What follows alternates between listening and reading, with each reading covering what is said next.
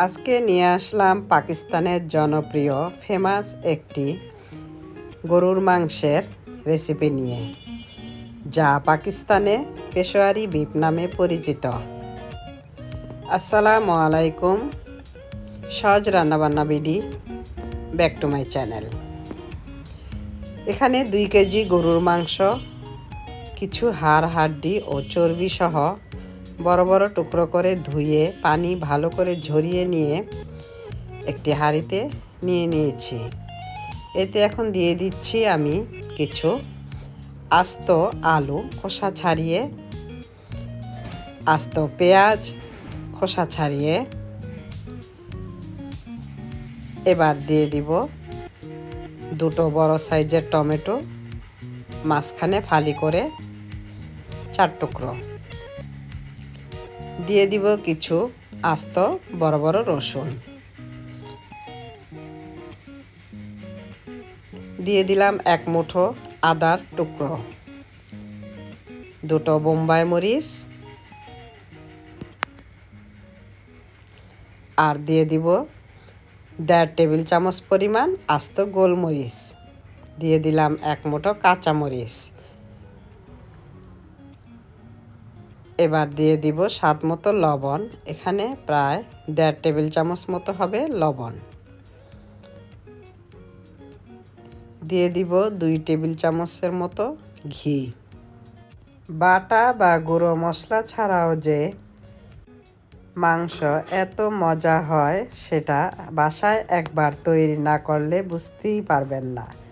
তো সবশেষে দিয়ে দিব পানি। এখানে আমি 2 লিটার পরিমাণ পানি দিয়েছি। ঝোলটা আপনারা কি পরিমাণ রাখবেন সে অনুযায়ী পানি দিলেই হবে। তো আমার 2 লিটার পানি লেগেছে। মাংস ও পানি একটু হালকা মিশিয়ে ঢাকনা দিয়ে ঢেকে আমি এবার এটাকে চুলায় বসিয়ে দিব। কিছুক্ষণ পর ঢাকনা খুলে দেখে নিচ্ছি বলক আসছে কি না। এখনও ভালো মতো বলক আসেনি, তাই একটু হালকাভাবে আবার নাড়াচাড়া করে দিলাম। এবার ঢাকনা দিয়ে ঢেকে অপেক্ষা করব ভালো মতো বলক আসার জন্য। পেশোয়ারি বিফ রান্না করতে হয় খুব অল্প হালকা নাড়াচাড়া করে। বলক চলে আসার পরে এটা আর বেশি নাড়াও যাবে না, ঢাকনাও খুব একটা খোলা যাবে না। যতটা সম্ভব ঢেকে রান্না করতে হবে। তো মাংসটা খুব ভালোভাবে বলক চলে আসছে। আবার একটু হালকা হাতে নেড়ে ঢাকনা দিয়ে একদম লো আঁচে রান্না করব 2 ঘন্টা। এরই মাঝে আমি আর ঢাকনা খুলব না। তো ফিরে আসব 2 ঘন্টা পর। আপনারা চাইলে ঢাকনার মুখটা আটা দিয়ে সিল করে দিতে পারেন। তো আমি শুধু ঢাকনা দিয়ে ঢেকে রান্না করছি। তো ফিরে আসলাম 2 ঘন্টা পর।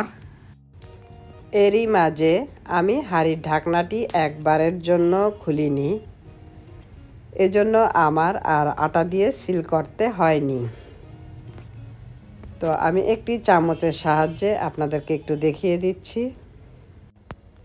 আপনারা চাইলে এ পর্যায়ে মানে চুলা থেকে হাঁড়ি নামানোর আগ মুহূর্তে আরও 2 বা 1 টেবিল চামচ ঘি দিয়ে হালকা হাতে নেড়ে নামিয়ে নিতে পারেন।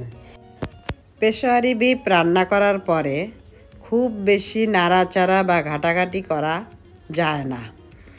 এতে করে আস্ত পেঁয়াজ ও রসুনগুলো গলে ঝোলের সাথে মিশে যাবে।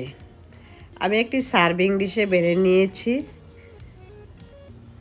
দেখুন দেখতে কতটা কালারফুল ও লোভনীয় লাগছে, তাই না?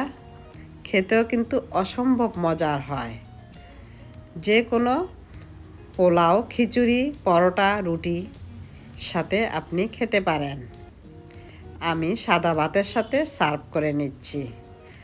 আর মাংসগুলো আমি আপনাদেরকে দেখিয়ে দিচ্ছি যে এটা কতটা নরম হয়েছে। বন্ধুরা, আমার রেসিপিগুলো যদি আপনাদের ভালো লাগে তাহলে ভিডিওটি দেখার শুরুতে একটি লাইক দিয়ে দিয়েন, শেয়ার করে দিয়েন, সাবস্ক্রাইব করে আমার পাশে থাকেন। আর পাশে থাকা বেল বাটনটি ক্লিক করে দিয়েন, যেন আমার ভিডিওর নোটিফিকেশন সবার আগে পৌঁছে যায় আপনার কাছে। আজ এ পর্যন্তই। আল্লাহ হাফেজ।